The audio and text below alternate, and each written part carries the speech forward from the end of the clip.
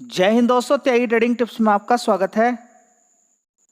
दोस्तों, इस वीडियो के अंदर हम बात करने वाले हैं दो कंपनियों के बारे में। यहाँ पर बात होने वाली है जिनके रिजल्ट्स आए हैं मार्केट बंद होने के बाद। देखेंगे तो मार्केट बंद था सैटरडे संडे को। सैटरडे के दिन भी रिजल्ट्स आए थे और आज भी मार्केट बंद होने के बाद रिजल्ट्स आए हैं।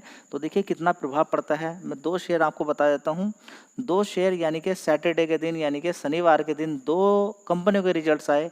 मजबूत कंपनियां हैं और नंबर्स ऑफ टाइम्स उन कंपनियों के बारे में मैंने आपको बताया है कि ये दो कंपनियां अगर आपके पास हैं और कोई भी आपके पास कंपनी नहीं है तब भी आपका घर का बहुत बड़ा खर्चा निकल सकता है, क्योंकि वे मजबूत कंपनियां हैं। मजबूत कंपनियों पे हम भरोसा कर सकते हैं। अगर स्टॉक मार्केट के अंदर आप आए हैं और मजबूत कंपनियों पे आप भरोसा नहीं करते हैं तो फिर किस पे करेंगे? ठीक है ना।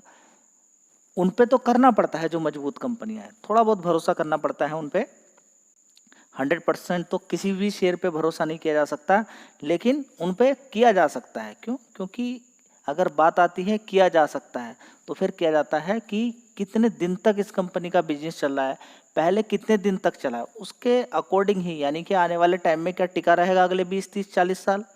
अगर जवाब है हाँ तो फिर वो मजबूती मानी जाती है। चलिए, तो यहाँ पर अगर देखें निफ्टी 50 के अंदर 122 पॉइंट की तेजी बनी है। इसी तरह से 400 500 पॉइंट की बैंक निफ्टी, 600 पॉइंट्स तक की भी बैंक निफ्टी के अंदर तेजी बनी है। ठीक है, तो जो तेजी बनी है बैंक निफ्टी के अंदर, ठीक है, उसने क्या है, निफ्टी 50 को भगा दिया। तो दोस्तों यहाँ पर आप देख रहे हैं ये 670 पॉइंट की जो तेजी आपको देखने को मिल रही है, ये किसकी वजह से तेजी देखने को मिल रही होगी? ठीक है, इससे बड़ा पैसा बन जाता है। देखिए बहुत सारे लोग अनुमान लगाने में कामयाब हो जाते हैं कि दो बैंकों के रिजल्ट्स अच्छे हैं। देखिए सुबह तो लोगों को डराया, उसके बाद तेजी फिर डराया, तेजी फिर डराया और फिर फाइनली लोगों को पैसा बना के दे दिया है। जो समझदार लोग हैं, रिजल्ट्स के आधार पे बहुत पैसा बनता है। देखिए मैं क्या बोलता हूँ कि अगर ये ट्रिक आपको थोड़ी सी पता चल जाए तो क्वार्टरली बेसिस पे आप पैसा बना सकते हैं। अब इसका मतलब ये नहीं कि शनिवार के दिन आपको मालूम हो गया कि HDFC बैंक के रिजल्ट अच्छे आ रहे हैं और ICICI बैंक के रिजल्ट्स अच्छे हैं तो कॉल पुट खेल लूँ, ये गलती मत कीजिएगा। एक बार देखिए आपने चाल खेल भी दी और आप पास हो भी गए तो 10 में से 9 लोग खत्म हो जाते हैं, बचते नहीं है कॉल पुट के अंदर। तो ये चतुराई नहीं चलेगी, ये चतुराई नहीं चलेगी। वहाँ पर साइकोलॉजी है, क्या चीज़ें हैं ऐसी, डर है, क्या है, खत्म हो जाता है इंसान, बचता नहीं है। उसने पैसा कमा भी लिया तो फाइनली ऐसा कुछ लालच होता है, कुछ ऐसा चीज होती है सीक्रेट जिसको मालूम नहीं है। फिलहाल अगर आप कॉल पुट के अंदर आ रहे हैं तो बायोकेमिकल रिएक्शन आपके अंदर हो सकता है, तो आप दूर रहें। क्योंकि अभी तक जिन लोगों ने भी काम किया है कॉल पुट के अंदर वो नहीं बचे हैं, तो आप बिल्कुल मत काम कीजिएगा वहाँ पर। अच्छा ये रहेगा कि स्टॉक्स के अंदर आप काम करें ताकि उनको होल्ड भी कर सके लंबे समय के लिए और गिरावट में आप खरीद भी सकें। चलिए, तो दोस्तों बात करें रिजल्ट्स की, तो रिजल्ट्स तो आपके सामने बता ही दिए थे कल। अगर जिन्होंने भी वीडियोस देखी है तो उनको बिल्कुल क्लियर कर दिया गया था। तो देख लीजिए रिजल्ट्स अच्छा आए हैं तो लगभग 3% की, लगभग 2.25% की तेजी बन गई। 38 रुपये की तेजी बनी ICICI बैंक के अंदर। और HDFC बैंक ने तो अनाउंसमेंट कर दिया बोनस के लिए भी, डिविडेंड के लिए भी। ठीक है, तो उसके अंदर तो और डबल धमाका हो गया, उसके अंदर और ज़बरदस्त तेजी बन गई। दोस्तों 1:1 का बोनस, साथ ही 17-18 रुपये का डिविडेंड भी कंपनी ने यानी कि बैंक ने अनाउंस किया है। और तेजी देख लीजिए 44 रुपये की। इन दोनों की तेजी की वजह से बैंक निफ्टी के अंदर अच्छी खासी तेजी बन गई। तो कॉल पुट वालों ने कमा लिया होगा, जिसने कॉल खरीदी होगी उसने पैसा कमा लिया होगा। फिलहाल हम उसकी बात नहीं करते हैं, हम बात करते हैं HDFC बैंक, ICICI बैंक लगातार आपको पैसा देते रहते हैं और रिजल्ट्स के आधार पर आज अच्छी खासी तेजी भी यहाँ पर देखने को मिली है। 2-2.5% की एक दिन के अंदर तेजी बड़ी तेजी मानी जाती है, कम तेजी नहीं मानी जाती, बहुत बड़ी तेजी मानी जाती है। चलिए, तो अब देख लेते हैं दो कंपनियों के और रिजल्ट्स आए हैं मार्केट बंद होने के बाद। कल किस तरह का एक्शन देखने को मिलेगा? रिकमेंडेशन किसी भी शेयर की नहीं है कि आपको खरीदना है या नहीं खरीदना है। मजबूत शेयर की डिटेल में आपको शेयर करता रहता हूं ताकि आपका ज्ञान का लेवल बढ़े। दोस्तों पहला शेयर होगा Oberoi reality, most popular share है। गिरावट बस आपको ढूंढनी होती है। क्या गिरावट? आप देख लीजिए कभी गिरावट दिखाई दी हो। देखिए यहाँ पर गिरावट हुई, उसके बाद देखिए गिरावट के बाद 1500 रुपये से सीधा सीधा कितनी तेजी मारी, ये देखिए 1900 रुपये। उसके अलावा बीच बीच में आपको गिरावटें देखने को मिलती रहेंगी। देखिए जब भी कभी गिरावट हुई है तेजी, जब भी कभी गिरावट हुई है तेजी आपको देखने को मिल जाती है। मार्केट कैप देखेंगे 66,000 करोड़ का मार्केट कैप इस कंपनी का है। रिजल्ट्स में डिटेल में आपको बता देता हूँ। फिलहाल यहाँ पर आप देख लीजिए ओवरऑल रियलिटी Q1 प्रॉफिट के अंदर 28% का फॉल है। ठीक है, कितना 421 करोड़ तक का यहाँ पर आपको देखने को मिला है।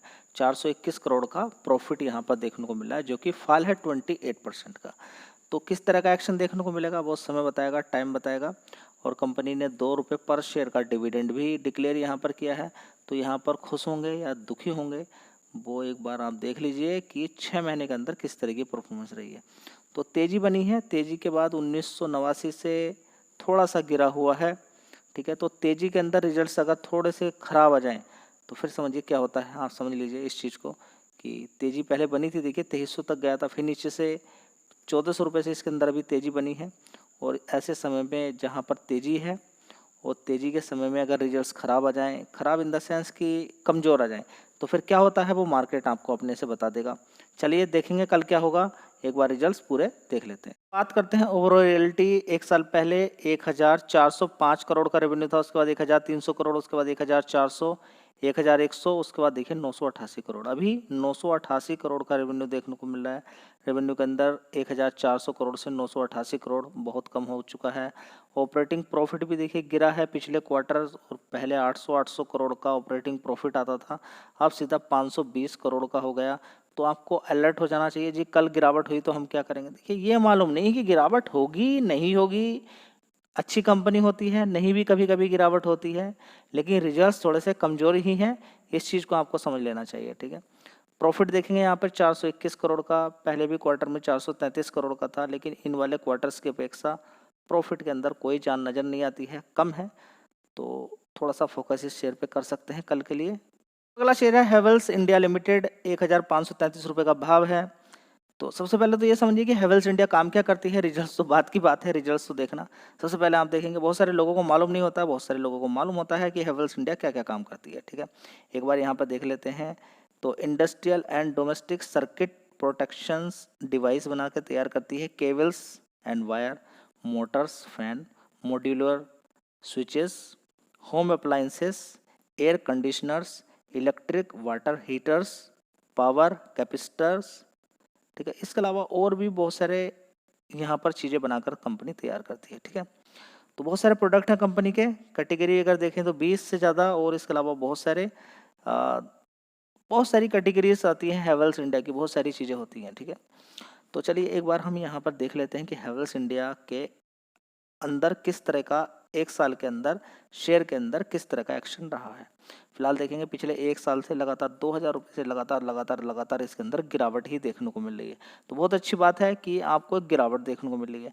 हेवल्स इंडिया को देखिए, क्रॉम्पटन को पहले मैं कवर करता था, उसके साथ हेवल्स इंडिया को भी कवर करता था। दोनों ही शेयर ने बढ़िया पैसा आपको बना के दिया, शानदार। देखिए यहाँ पर होता था नीचे की साइड में, यहाँ पर देखिए तो सीधा सीधा डबल पैसा आपका बना के इसने दिया है। क्रॉम्पटन के शेयर ने भी बढ़िया पैसा आपको बना के दिया है, वो भी काफ़ी नीचे की साइड में होता था, लेकिन वो रैली थी, ज़्यादातर शेयर्स वहाँ पर पैसा लोगों ने बनाया। अभी भी शेयर्स वहाँ से गिरने के बाद भाग नहीं रहे हैं, लोगों को फंसे फंसे 3-3 साल 2-2 साल हो चुके हैं, अभी भी लोग निकल नहीं पा रहे कुछ कंपनियों के अंदर, क्योंकि उनकी तो अब उम्मीद ही छोड़ दी है, क्योंकि 2-2 3-3 हज़ार वाले शेयर्स आजकल बहुत ज़्यादा नीचे गिर चुके हैं। नीचे से उछाल भी मारने के बाद फिर दोबारा से उनके अंदर गिरावट शुरू हो गई है। तो काफ़ी सारे शेयर्स हैं ऐसे जिनमें बड़ी तेज़ी बनी थी, और अब वो तेज़ी दोबारा से वहाँ तक नहीं पहुँच रही है, लेकिन कुछ शेयर्स के अंदर गिरावट हुई। गिरावट के बाद जो शेयर जहाँ से गिरा था वहाँ तक पहुँच चुके हैं बहुत सारे शेयर्स हैं, ठीक है। चलिए देख लेते हैं इस कंपनी के अंदर किस तरह के फंडामेंटल्स हैं। दोस्तों अलग अलग आर्टिकल्स मिल जाएंगे जो यहाँ पर कवर किया है, अलग अलग कंपनियों, अलग अलग जो भी न्यूज़ रिपोर्ट करने वाली कंपनियां हैं। हेवल्स की बात करें, Q1 अर्निंग रिपोर्ट्स के अंदर रेवेन्यू डिक्रीज हुआ है, कितना हुआ है वो एक बार देख लीजिए, फिर डिटेल में तो चर्चा हम यहाँ पर करने ही वाले हैं। हेवल्स इंडिया के अंदर नेट प्रॉफिट के अंदर 33% sequentially quarter and quarter basis पे पिछले क्वार्टर्स की अपेक्षा डाउन है। बात करें यहाँ पर रेवेन्यू के अंदर भी देखेंगे 17% की गिरावट है। इसी तरीके से देखेंगे यहाँ पर एक बिजनेस स्टैंडर्ड के द्वारा भी यहाँ पर कवर किया गया है। Havells India consolidated net profit decline हुआ है 14%, कितना 14%, ठीक है। इसी तरह से हम देख सकते हैं ईयर ऑन ईयर बेसिस पे, क्वार्टरली बेसिस पे, यहाँ पर आप देख सकते हैं हेवल्स इंडिया ने नेट प्रॉफिट सिंक हुआ है 15% ईयर ऑन ईयर बेसिस पे 347 करोड़, ठीक है। बिग डिमांड ऑफ कूलिंग की डिमांड वीक, ठीक है। देखिए वीक तो नहीं रहती है, लेकिन लोगों पर अगर ऑलरेडी एयर कंडीशनर है तो वो क्यों खरीदेंगे। फिलहाल ऐसा नहीं है कि बिग डिमांड है, हो सकता है कि हेवल्स इंडिया के लिए बिग डिमांड हो, क्योंकि लोकल कंपनियां बहुत सारी आजकल घुस चुकी हैं जो कि लोकल होती हैं और टक्कर देती हैं, सस्ते सामान भी बेचती हैं। ठीक है, चलिए देखते हैं। देखिए कंपटीशन बहुत ज़्यादा है पर्टिकुलर फील्ड के अंदर। चलिए दोस्तों, अगर बात करते हैं हेवल्स इंडिया की, तो देख लीजिए यहाँ पर एक साल पहले 5,800 करोड़ का रेवेन्यू था, उसके बाद 4,500 करोड़, 4,800 करोड़, 6,500 करोड़। उसके बाद देखिए पिछले क्वार्टर्स की अपेक्षा गिरावट देखने को मिली है, 5,400 करोड़ का यहाँ पर रेवेन्यू देखने को मिला है। तो बीच बीच में यहाँ पर आप देखेंगे, क्योंकि काफ़ी सारे प्रोडक्ट हैं जो सीजन वाइज भी बिक्री होती है। जैसे कि फ़ैन की बात करें तो गर्मियों में ज़्यादा बिक्री होती है, उसके बाद दिसंबर क्वार्टर में देखिए थोड़ी सी गिरावट हो जाती है यहाँ पर। ठीक है, तो मार्च क्वार्टर की बात करें 6,500 करोड़ का रेवेन्यू था, पिछले क्वार्टर्स की अपेक्षा थोड़ा सा कम है। तो जो सीजन वाइज जिन कंपनियों का काम चलता है तो उनमें एकदम से घबरा नहीं जाना है, आपको ये समझना थोड़ा ज़रूरी है। ठीक है, कभी आप एकदम घबरा जाएं और कहें कि नहीं बहुत ज़्यादा हो गया। तो पिछले क्वार्टर से अगर गिरावट भी है तो इतना डरने वाली घबराने वाली बात नहीं है। सीजन वाइज काम चलता है, पूरे साल का कंबाइनली अगर आप यहाँ पर देखेंगे तो थोड़ा सा एक आइडिया अच्छा मिलेगा। फिलहाल देखेंगे तो पिछले क्वार्टर से तो कमज़ोर रिजल्ट्स हैं।